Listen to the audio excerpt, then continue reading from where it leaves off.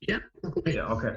Sorry. So we're delighted to have Bryan with us this evening and giving us his take on this whole idea of returning to collective training and potentially what is the most safest way for us as coaches to re-engage with the players that have been, I suppose, maybe in idle in relation to specifics of the game, but maybe doing some sort of physical activity which maybe doesn't resemble the game. So from that point of view, it'll be really, really interesting to hear Bryan giving us really good advice, good sound advice in relation to how we should be approaching this return phase and how we can still make it enjoyable and engaging, but at the same time, very much safe practice for all our players. So, Bryan, I'm just going to hand you over to your screen there now if you want to be able to Yeah, if I just just share my screen. okay, Okay. and it's all yours. So thank you. Okay. Can you see that okay, Jerry? Yeah? Yeah, we can see that. Yeah, perfect. Yeah. Okay, just let me make sure I can navigate. Yeah. Okay, perfect. Okay, yeah. Firstly, yeah, thanks for having me on, Jer. Really good to see everyone. Tonight's topics are managing the return to training and competition. The reason I picked it, I mean, obviously, everyone's in the same boat at the moment. A lot of players and coaches lying idle. There's going to be a lot of collective giddiness in the next couple of weeks in terms of returning to competition. And I just want to throw out some suggestions or even ideas that will help you design a safe return to competition for players and minimise the risk of silly injuries in the weeks. This Although this is a unique time for all of us, we've never, had to sit out training due to a pandemic before. But it's not too dissimilar from coming off the back of, our off season in the Christmas period and the pre-season period. The fundamental principles remain the same. Drawing on my experiences a lot in that regard. So, I mean, as I've said before, we're in uncharted territory in terms of a shutdown or a lockdown, and the only similarities I could think of were the NFL lockdown in 2011 over player contracts. Um, what happened then? There was ultimately an accelerated or shortened preseason. Um, a really condensed preseason block before they went into their regular season. And what happened was a spate of injuries or rapid increase in injuries. So this is just Achilles tendon ruptures. So I think the average of between 1997 and 2002, I think there was an average of two. And I went up to 12 for the same period after the lockdown. So we're going into something similar. I'm sure these players have been training and playing or training collectively during this lockdown. I've no doubt about it. But it's very hard to replicate the demands of match play and going straight into high intensity activity early on without an adequate base could potentially leave players at increased risk of injury. If you look a little bit closer to home and a little bit more recently, obviously the Bundesliga has returned, one of the first major sporting say organisations or leagues to return in recent weeks. And some interesting stuff coming out of the Bundesliga there. So although they're back up and running, they are seeing a small spike in injuries post-lockdown. Now, I would put an asterisk on this, in fact, that there's been a very small number of games played to date, and it's a very small sample size, but there is an increasing trend towards, more injuries than usual. And again, it boils back to the point I first made. The players are going into high octane, competition potentially without an adequate base. I can't say what these teams have done beforehand before they started, but and injuries are multifactorial. I should have probably said that at the start. You cannot attribute all injuries purely to training, but nonsensical training can be a contributing factor. So where we've been for the last number of weeks, obviously our pitches have been closed, much to the frustrations of many. Our routines have been taken away from us. Our training schedules, which has been the norm for players up and down the country, have been taken away. Does that mean players have done nothing over the last number of weeks? I highly doubt it. And as you've seen, this has been publicised in pro athletes around the world. Athletes are finding ways to train and keep fit, which is really, really positive. But I think you'll all agree, training in a park in Tampa or throwing a ball on the beach is not going to replicate the demands of the NFL. Players will need a preparatory period to build themselves back up or address any areas of deconditioning that may have arose during this period. So what's most likely to have happened in my opinion? Obviously the gyms have been closed, GAA facilities are closed. So one of the biggest challenges for players, I would say, certainly I've experienced with my own players, is an inability to continue their strength training. Now, coaches have made a best effort to replicate that with, body weight exercises, on-field activities, but it isn't like for like. You cannot replicate, getting under the bar in terms of developing strength, getting under the bar and shifting heavy loads. And the reason that's important, obviously from a performance point of view, if we want to be strong, if we want to be powerful, the force we can produce is really important, and that's why we strength train.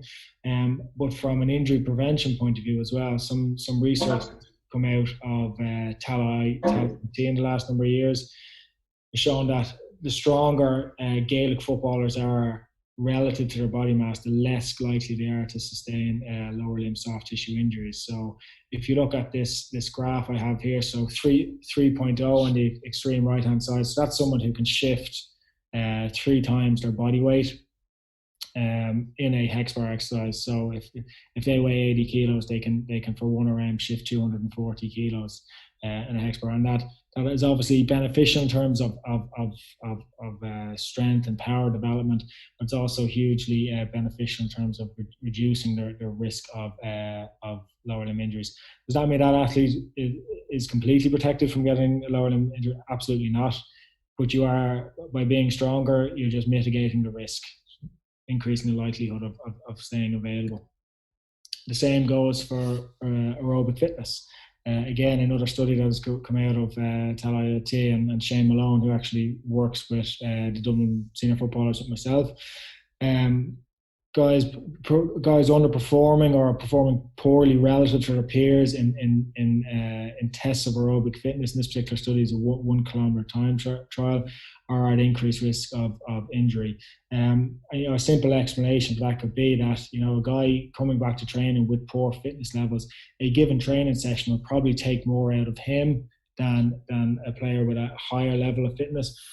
So as a result, by the time the next training session comes around, that player is probably not fully recovered. So he's going into the next training session still carrying a little bit of fatigue from the previous session, and that gets into a cycle. And once it's carried out over an extended period of time, eventually the player is at a much higher risk of injury. So understanding which players are maybe have deconditioned over the last number of months and which players may have not is really, really, really important. So how do we, as coaches, mitigate?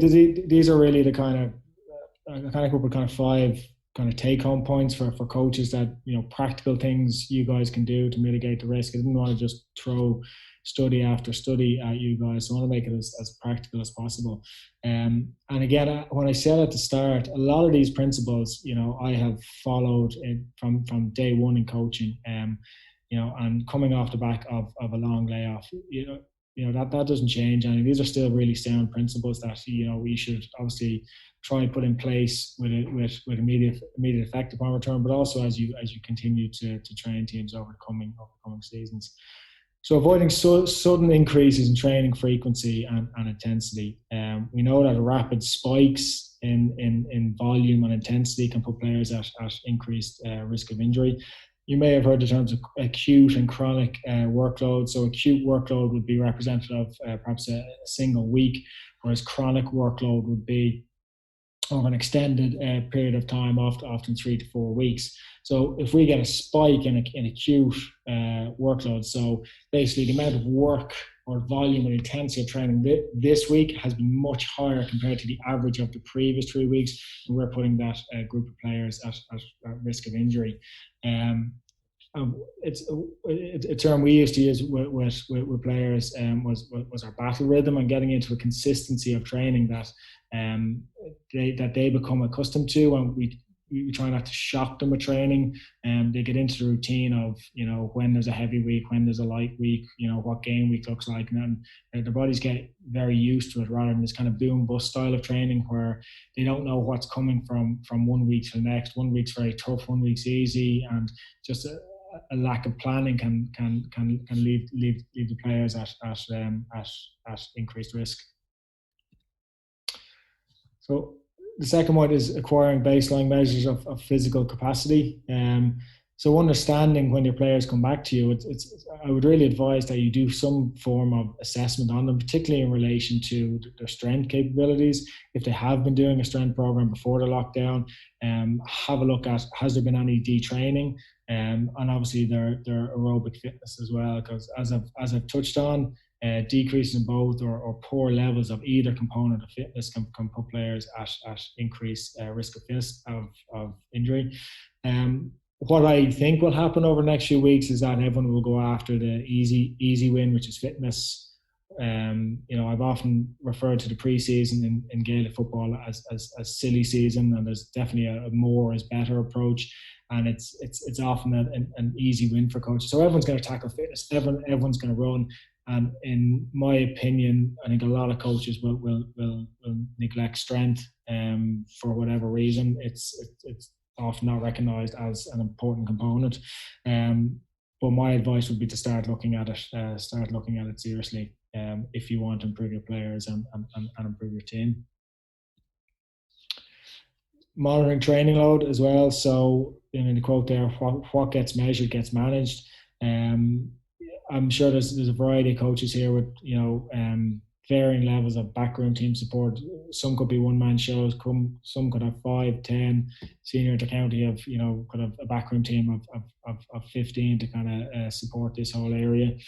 But what I mean by that, so I suppose workload, so just to define it, so like a combination of sports and non-sports, so like wellness questionnaires would be really common. A profile of mood states, probably the most common one. So just getting an understanding of what's going on in people's lives, often outside of sport. So obviously we all work with amateur athletes, so with our own players, I like to know what's going on in their lives. Are they doing exams? Are they busy in work? If they've young children, are they getting enough sleep? All can be hugely detrimental to performance, really. Particularly sleep, it can affect the recovery process. Monitoring their external load, we use GPS. As I said, we try and keep our weeks relatively consistent. Obviously, we have periods of overload in there where we stress players more than we normally would. But we try and make sure that the jumps are not too significant. There's certainly stuff out there that recommends that your shift shouldn't be more than maybe 10% in a given week. Do I stick to that stringently? No. Because often in match play, even in small set of games, it can be difficult to control. But by and large, we have an awareness of it at least. We certainly try and steer the program that direction. Internal load, again, so for anyone that's working certainly at club level or development squad level, if you want to measure the intensity of training session, a simple RPE, so rate of perceived exertion, would be really advisable. So a scale of 1 to 10, how difficult did you find that session? So I'm sure you'll get varying response, but you might have a target in your head. I want this to be a difficult session, so I'd like guys give me a 7 and 8 out of 10. If guys are giving you a 5 or 6, that you've maybe underpitched that session. It could have been a little bit harder.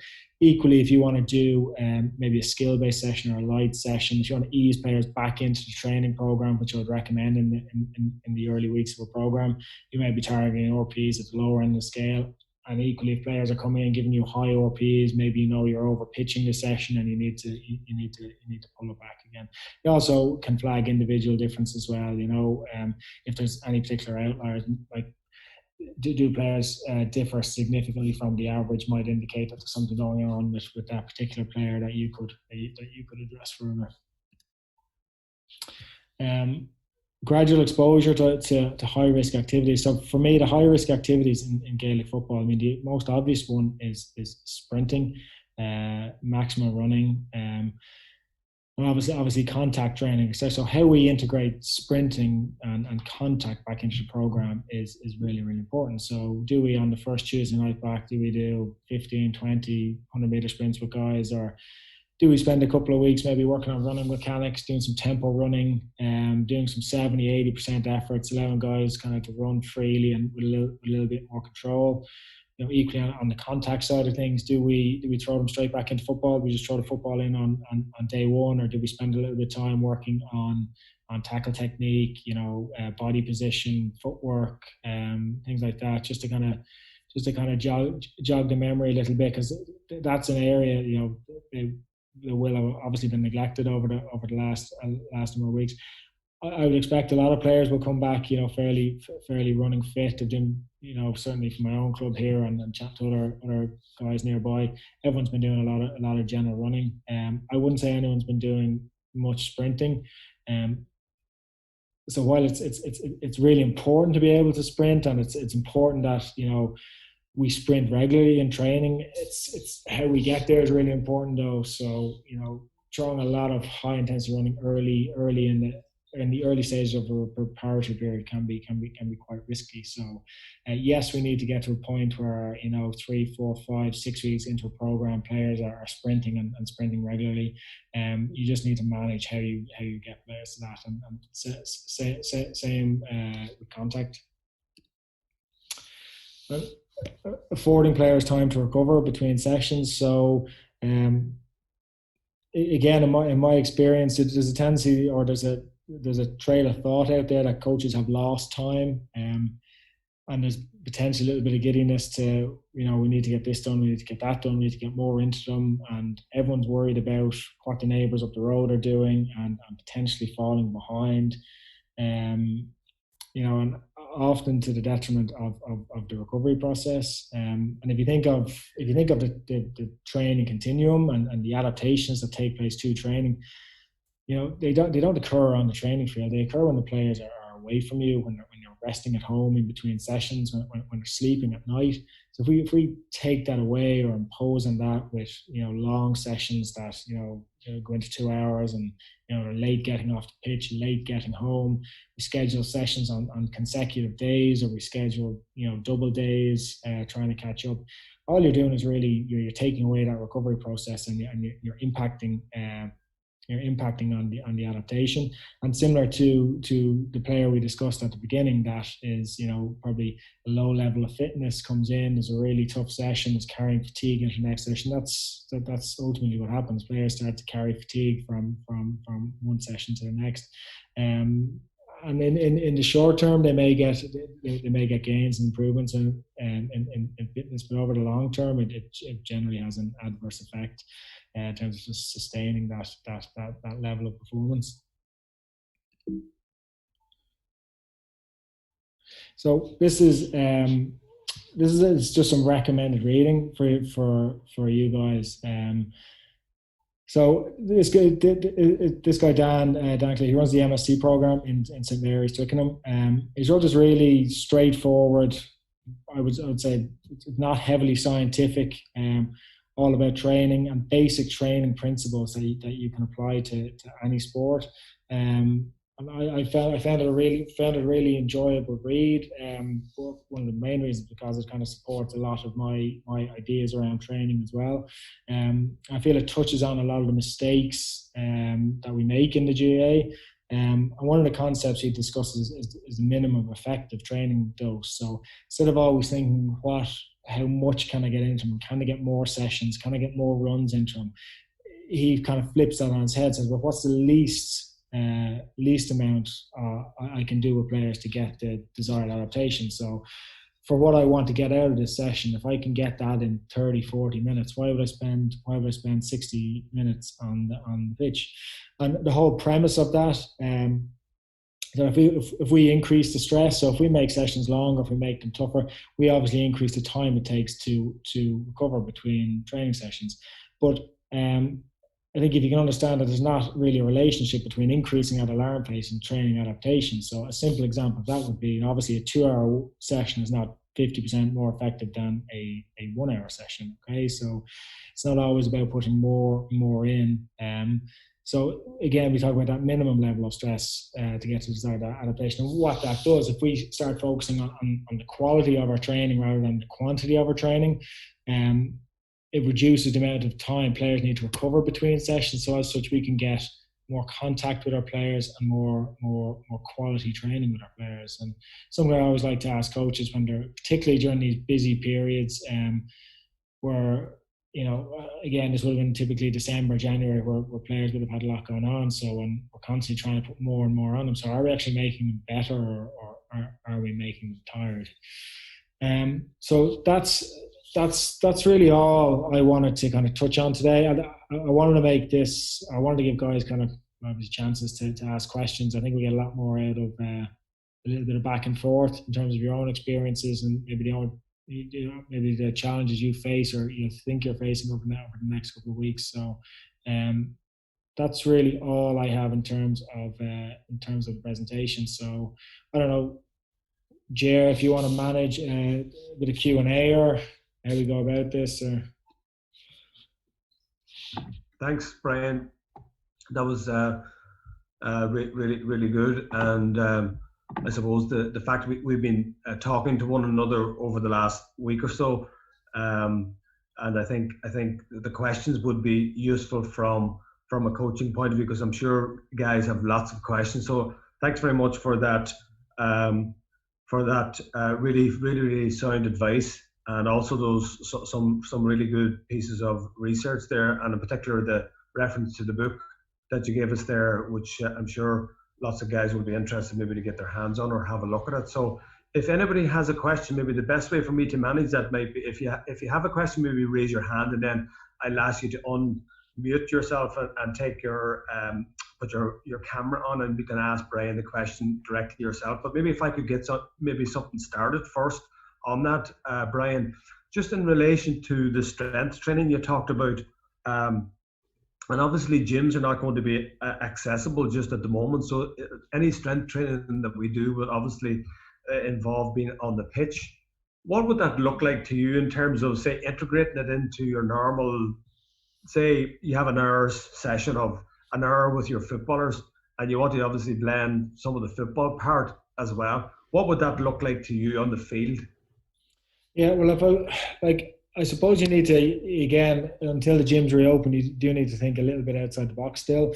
In terms of the big thing, I would be less concerned about upper body strength. A priority for me is always trying to get into players is hitting the lower limb strength, obviously, because your legs carry you in terms of transferring the performance, so sprinting, jumping.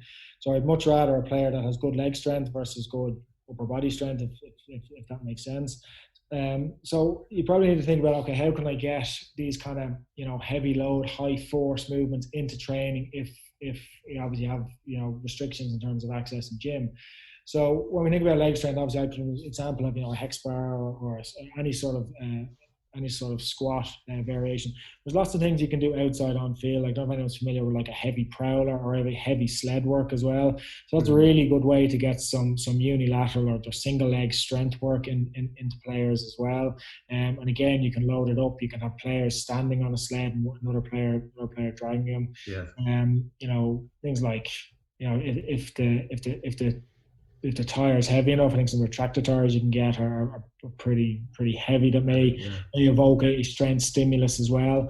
But if you're working on strength, you do need to think, how can I get some load in from any kind of earing away outside of kind of repetition based training where it's light loads and lots of reps. It's not necessarily going to have the same training effect.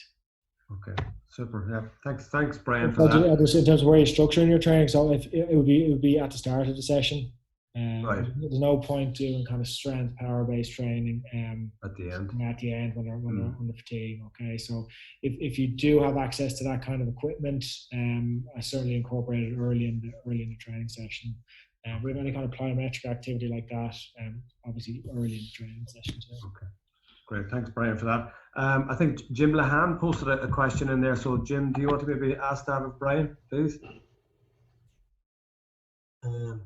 Bryan, just wondering if you have any advice on the lads going back to their clubs and how we can get them to club coaches, maybe we're going to have access to the guys first. I didn't get all that, Jim. Sorry. Do you want to repeat that, Jim? We just missed a bit of it there. Just advice to the lads on as I go back to their clubs to maybe give the club coaches some advice regarding this. I can imagine going to go back for the next 5 weeks, like you say, PD coaches running them up hills and whatnot. So how they can actually manage their club coaches.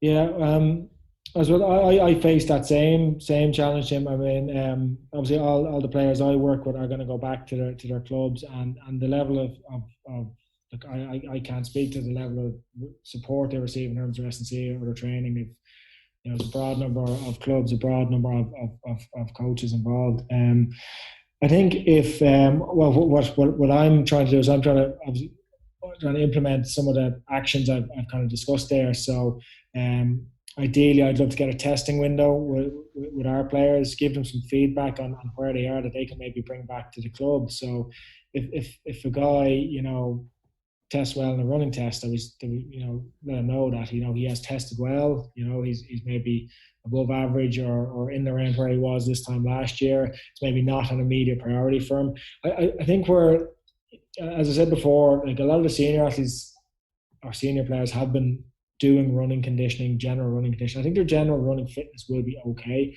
What they will lack is obviously that game-specific fitness. So no matter how much kind of volume running or 20-minute runs you do, when you go back into kind of game-specific stuff, you're still going to find it difficult.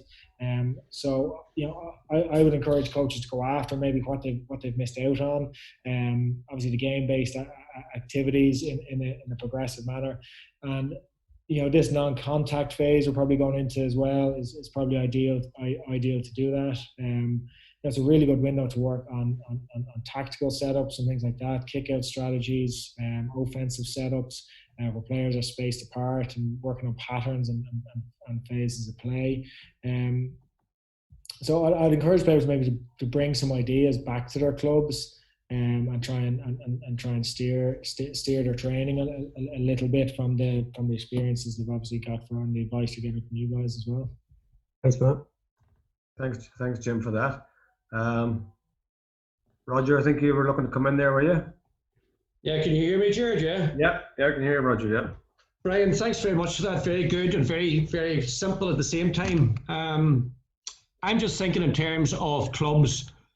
We've got about a 6-week window of opportunity. Probably we can't really revisit the aerobic base to any great extent. I've been on a few of these webinars recently where people are suggesting get the ball back in hand, get movement, the ability to slow up, to speed up, to slow down, to change direction, all of that stuff, and a wee bit around systems of play and strategies is as much as we can achieve in this 6-week sort of window that we have. So I'm just wondering if you'd agree with that, or is there anything else you'd add to that? I generally agree. I don't think there's going to be a huge need to tackle aerobic fitness during this phase. I think players will be fine, and certainly, guys that I kind of kept in contact with and have been kind of sending me data over the last few weeks of their kind of individual work, guys have maintained their fitness and are running well. I think there definitely is an opportunity to go after, obviously more game-based stuff you've touched on. The game-specific movements they've missed out on, the starting, the stopping, the change of direction, that can all be done in a very controlled manner early on and gradually progressed over 6 weeks. A lot of kind of reactive-based things we can still do while maintaining social distancing, reacting to partners, reacting to different movements.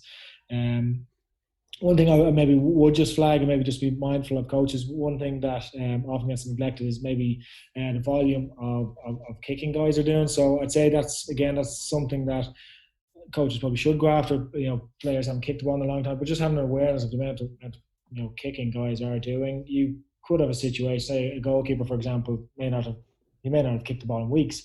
He could go out and kick 150, 200 balls in a given week, and small things like groin issues, pop up. So having an awareness of gradually progressing everything is really important. Not just running, not just strength, not just volume of training, but the amount of kicking teams are actually doing. I imagine players will go back and do a hell of a lot of kicking in a lot of the early sessions. So if they haven't been doing that, again, that's going to be, you get guys getting silly nicks, quad strains, sore groins.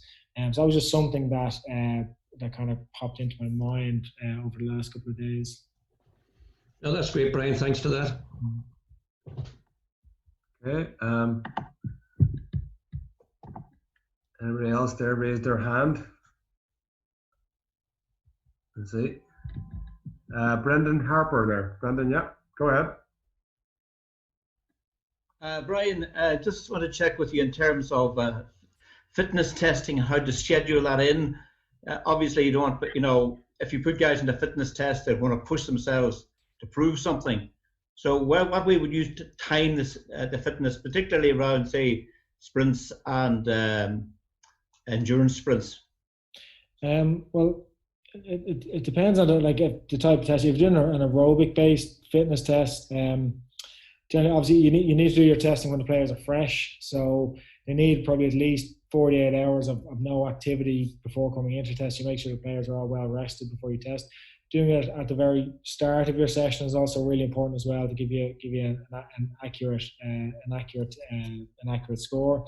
And we would do a lot of aerobic based testing at the beginning of training. Give players maybe 5 to 10 minutes of the walk recovery, and then you can still train after that. There's no reason you can't. It has to be a session on its own. In terms of doing a speed assessment, like the principles would be the same. It would be early in the session, players fresh. I would just be, just going back to my original point, obviously high risk activities like sprint testing or repeated sprint assessments. I would allow players kind of build up to that kind of form of testing or training as something that I probably wouldn't be, I'd be reluctant to throw in the early weeks of their training. So I'd be putting that one on the long finger until they've built up a little bit of a base and a little bit more training under their belt, would be my advice. Okay, thanks, Brian. Thanks, Brendan. Thank you.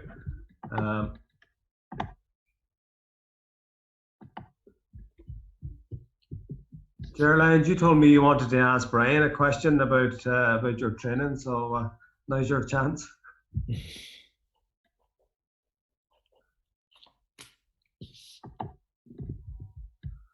Has there been any word on the minor under 20s?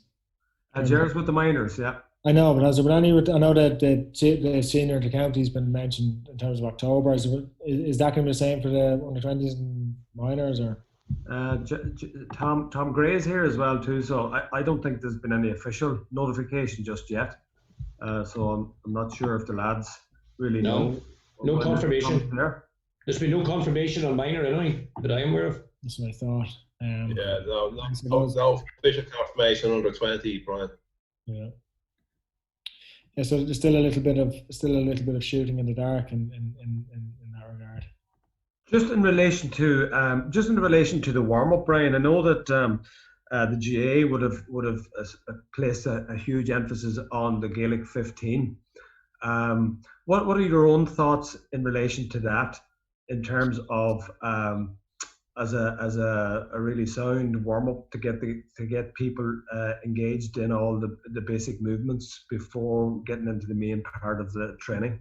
Yeah, well, to give you an idea of what I suppose a sound structured warm up would look like. Obviously, I would use variations of the GAA warm up. I don't necessarily stick rigidly to it, but I suppose the fundamental principles would be pretty similar. A lot of the time it involves, players doing their own little bit of work beforehand. I think something we've actually got very good at in the GAA. So, foam rolling, self massage, band work, all that stuff players do maybe in the dressing room or sort of on the side of the field now if it's a nice evening, but gradually kind of progressing the warm up from low intensity straight line stuff, general mobility, squats, lunges, leg swings, all the major muscle groups they're going to be using, and then putting them into more, I suppose, game-specific movements like Roger was touching on there. So stopping, starting in a controlled environment, a little bit of reactive stuff at the end, and maybe some high-intensity running at the end.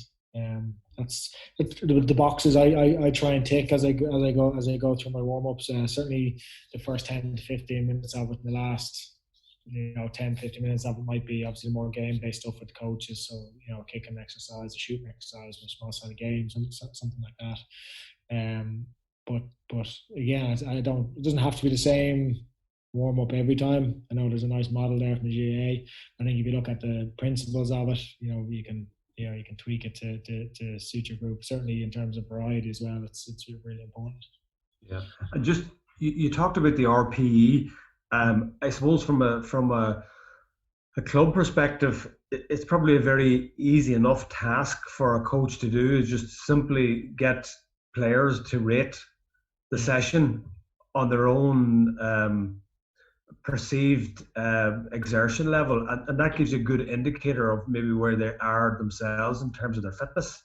Yeah, no, absolutely. As I said, I suppose you can go down to taking everyone's RPE if you've never done it before and you're only looking to introduce it. Even taking a small sample is better than doing no one. So if you even take 7, 8, a dozen people, if you have a squad of 25 or whatever, generally that will be representative of the group. Again, if I don't know.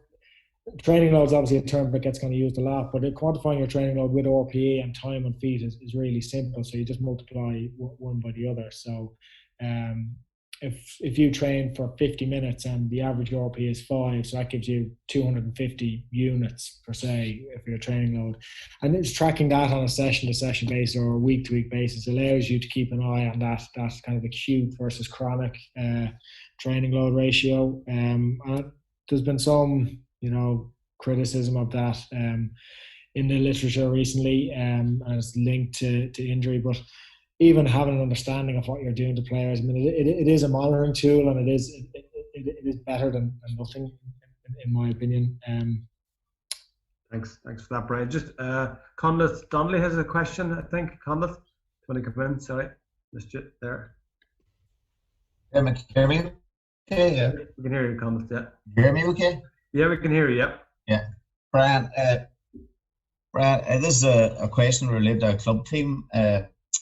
Obviously, like probably most of the guys here involved with a club team over the last 3 months with limited resources, been trying to implement some type of management of how the boys train and what to send back to, videos, Strava groups, all that type of stuff, and GPS and stuff. When they do come back, and you obviously stated the point that retesting them would be vital, but I suppose the question I'm asking is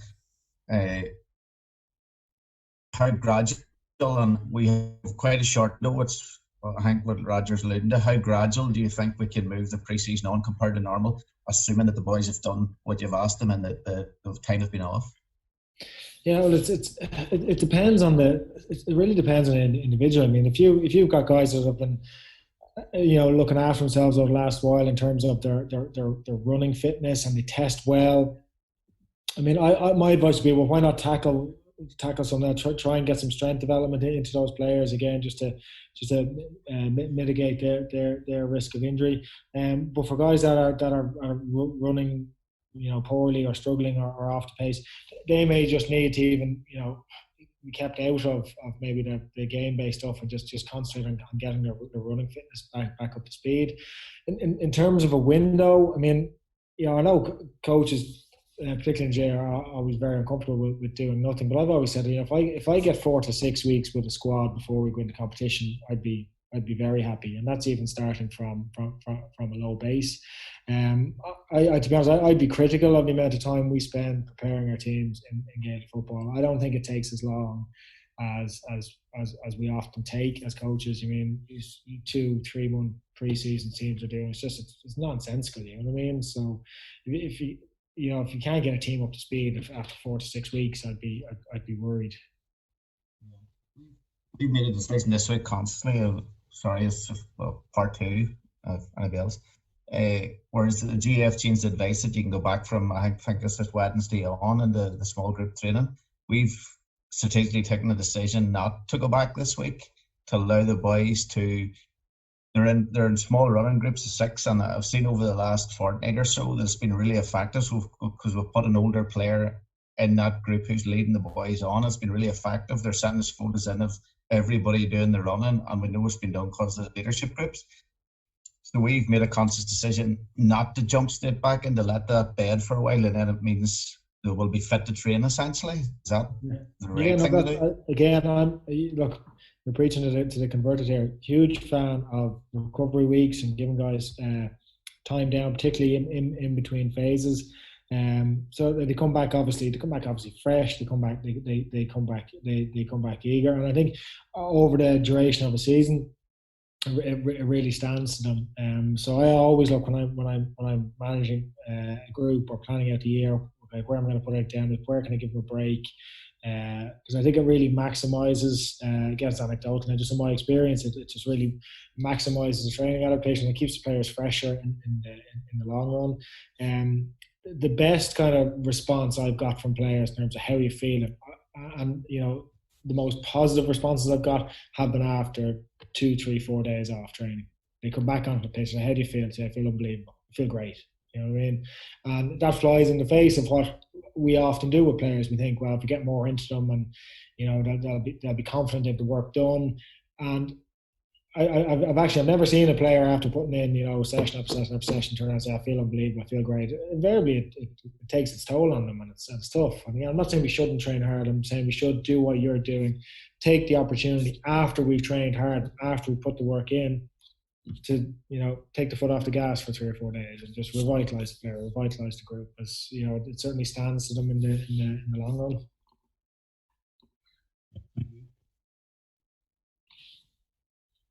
Yeah, you're muted there.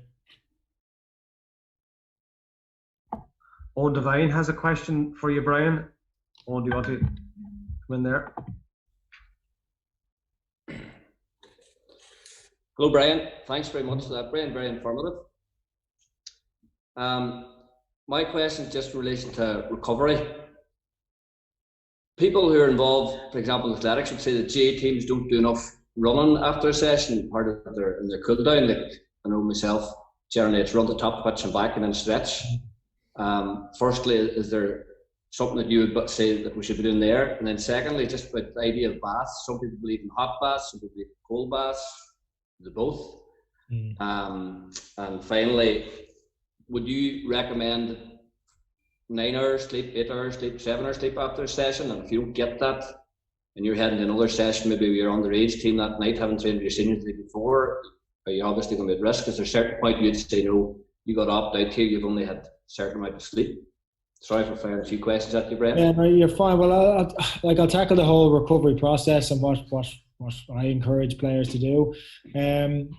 So if we start immediately post training, we obviously train evening time. Senior intercounty, there can be a lot of meetings, they can drag on. I always try and get the players fed at home as quick as I can, because we like to target sleep. We like to get them into their beds, and we like to start the recovery process. So we don't spend a huge amount of time. We would do a very low intensity, jog at the end of training and a static stretch. It wouldn't be too extensive, to be honest with you. The priority is refueling and getting home and getting to bed. That they're the two things I really go after, because sleep and nutrition, as far as I'm aware, are the only two really proven strategies to enhance recovery. A lot of things you're talking about there, like the compression garments, the ice baths, the contrast bathing. My kind of advice around them, we generally encourage people to keep away from the ice baths during preparatory periods when we're doing, say, strength training, because it can actually blunt the training adaptation a little bit. So I would encourage players to maybe use them when they need them. So if you're going through a really hectic block of fixtures and there is a need to recover quickly, then by all means go after it then, but less so during a preparatory period. But with any of them, they have a little bit of they can have a placebo effect. And, I've used the motto before, like, if it works for you, it works. And I never stop players doing it, you know what I mean? Because often if they feel positive about it and they feel fresher, even if on a physiological level it's had, little or no impact, if they think it has, then, that's better for that player. So I never kind of stop anyone doing something if they feel strongly about it. But the things we really push are eating well and sleeping. In terms of hours of sleep, I think 8 hours seems to be the magic number. Simple tips I've seen, which I thought are really good. I think I saw Gary Matthews here. I think he's on for players. He said if you can get to bed an hour earlier over the course of a week, it's an extra night's sleep. So small things like that we kind of like to stress with players. I remember doing a talk with some of our development squads, showing that there's age grade players with I think it was less than 8 or as little as 6 hours sleep are at increased risk of colds and influenzas, things like that. So I remember pitching it to them in terms of availability. So they're all in a highly competitive environment. They want to represent the county minor, and I was speaking to them about putting their best foot forward. And I said, if you're not looking after yourself, you're not recovering well, if you're not sleeping well, you're going to pick up colds and flus, you're going to miss training, you're not going to be available, kind of selling it to them from that point of view. So I don't know if that answers. Is there anything else? Did I miss anything? No, that's perfect. And you're right with the superstitious lads. If they like dice, they like dice.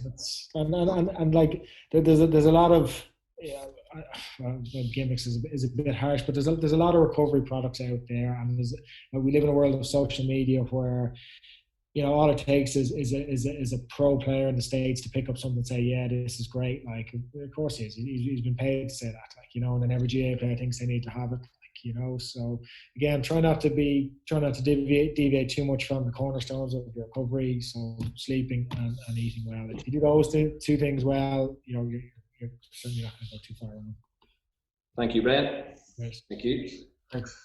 Thanks, Owen. We might just take 2 more if there's 2 more questions there from anybody. We're just gone over 45 minutes now. This stage nearly 50 minutes, so we'll just maybe take 2 more final questions, please, if there's anybody out there. So, Roger, I think, do you want to come in there again?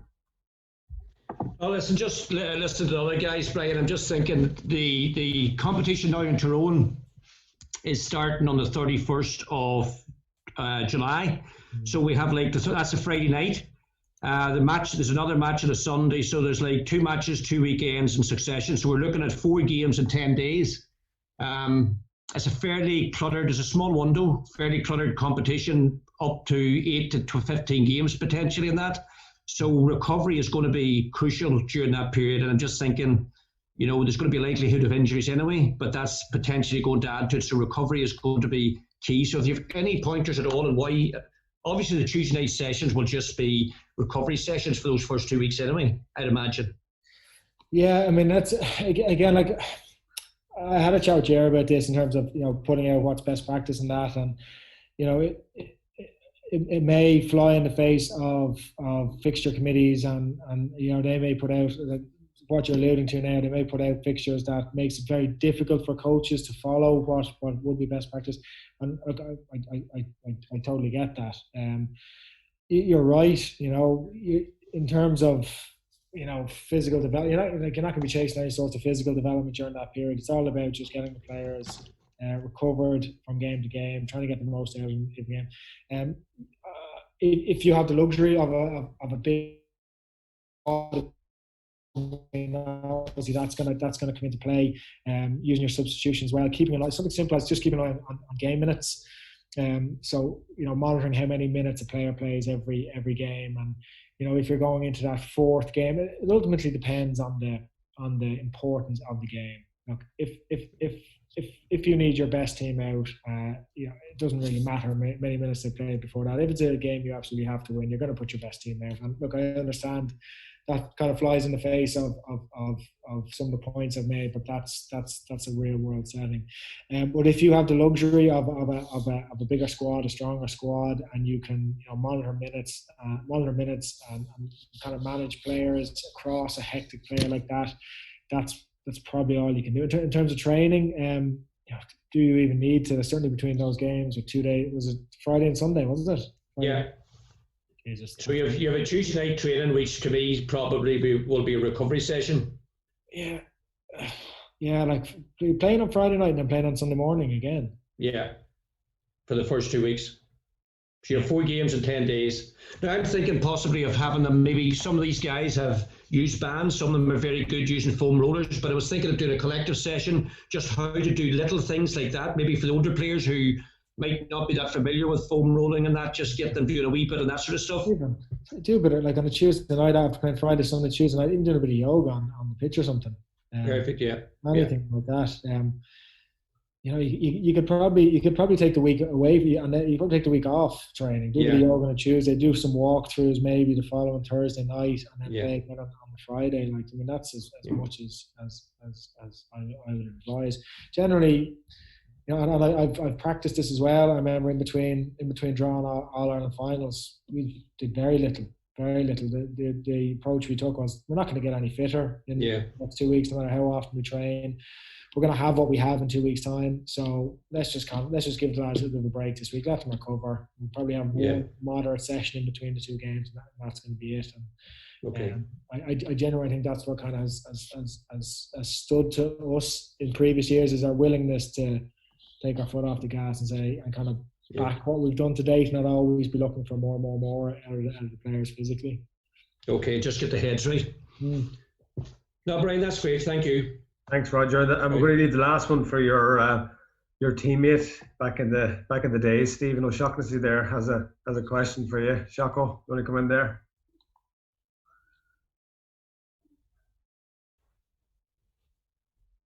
He's heard enough. He's hiding. He's heard enough. Just listen to me in the office most days. So. Sorry, Ger. Sorry, Stephen. Yeah. Sorry, Brian. First of all, Brian, good to see you. You've obviously had a haircut over the lockdown. You're normally a lot hairier than that. No comment. I suppose one thing that kind of comes up, Brian, a lot, and I'm just kind of, obviously the lads have kind of asked a lot of questions about maybe senior adult club level, but I suppose the majority of guys here are overseeing development squads and youth players, and you, I suppose, within your role now in Dublin the last couple of years, and even, I suppose, thinking back to your time within the Leinster Academy, is there any kind of advice on, because we got a lot of obviously players asking us, how can I get bigger, how can I get stronger? These guys at 15, 16, 17 years of age, and they're a little bit worried. But I'm looking for you maybe to tap into that side of things, and just maybe what you learned in Leinster, maybe the do's and don'ts kind of with those age groups, because obviously they're fragile age groups, and not everybody has the luxury of a high performance manager with a group and stuff like that. So, but it is, I suppose, something that coaches are always asked by players when they're out there.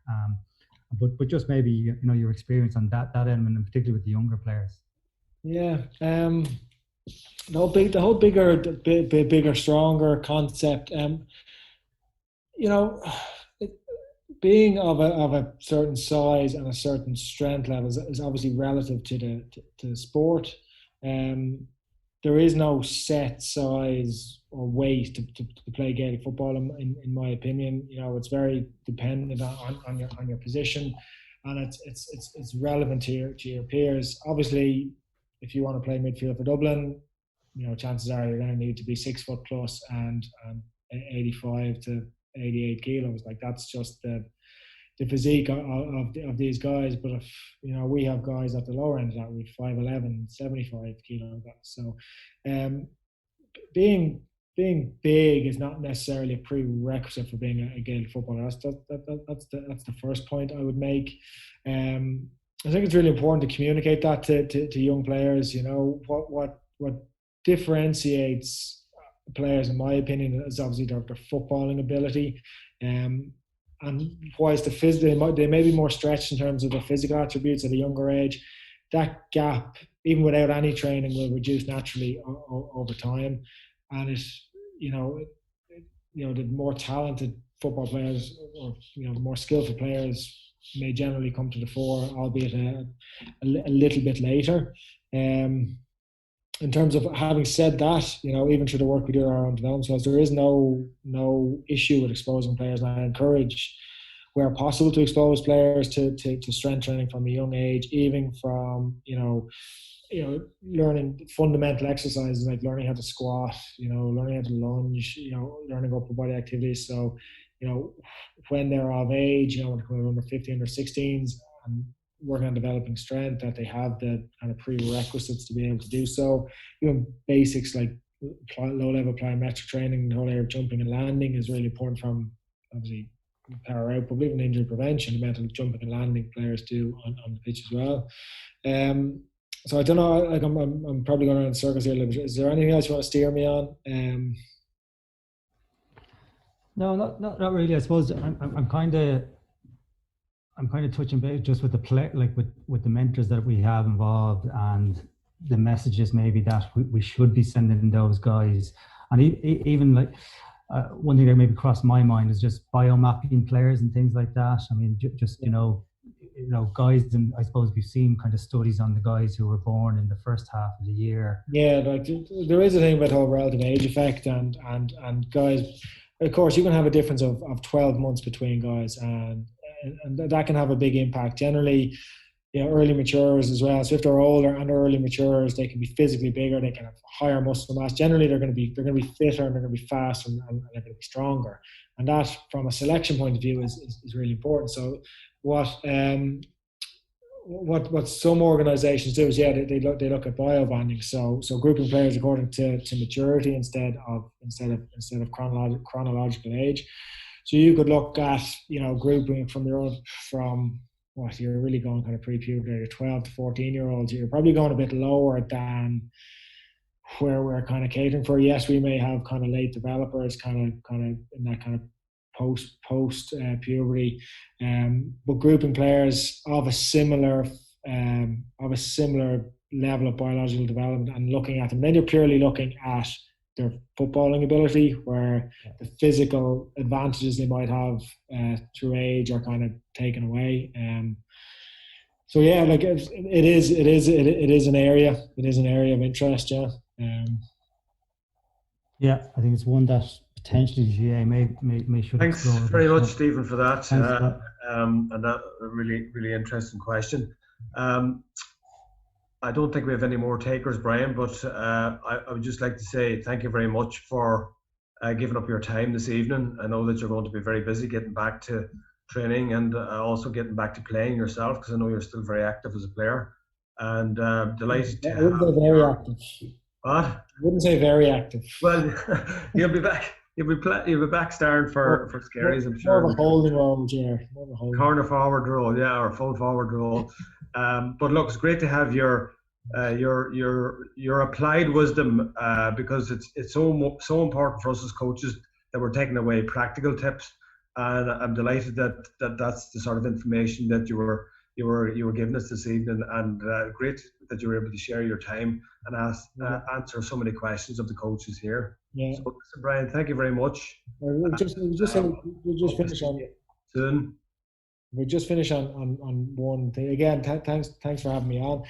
So all I wanted to, like, coaches to really take from this, I mean, I gave some just really simple practical information. A lot of it is from my own experience as a coach. But just even taking the time to obviously think about your training, map it out, plan it accordingly, it goes a long way to solving a lot of these issues that I've raised. So getting away from the habit of what has that team done, or what has that team done, and just replicating it, is never a good idea.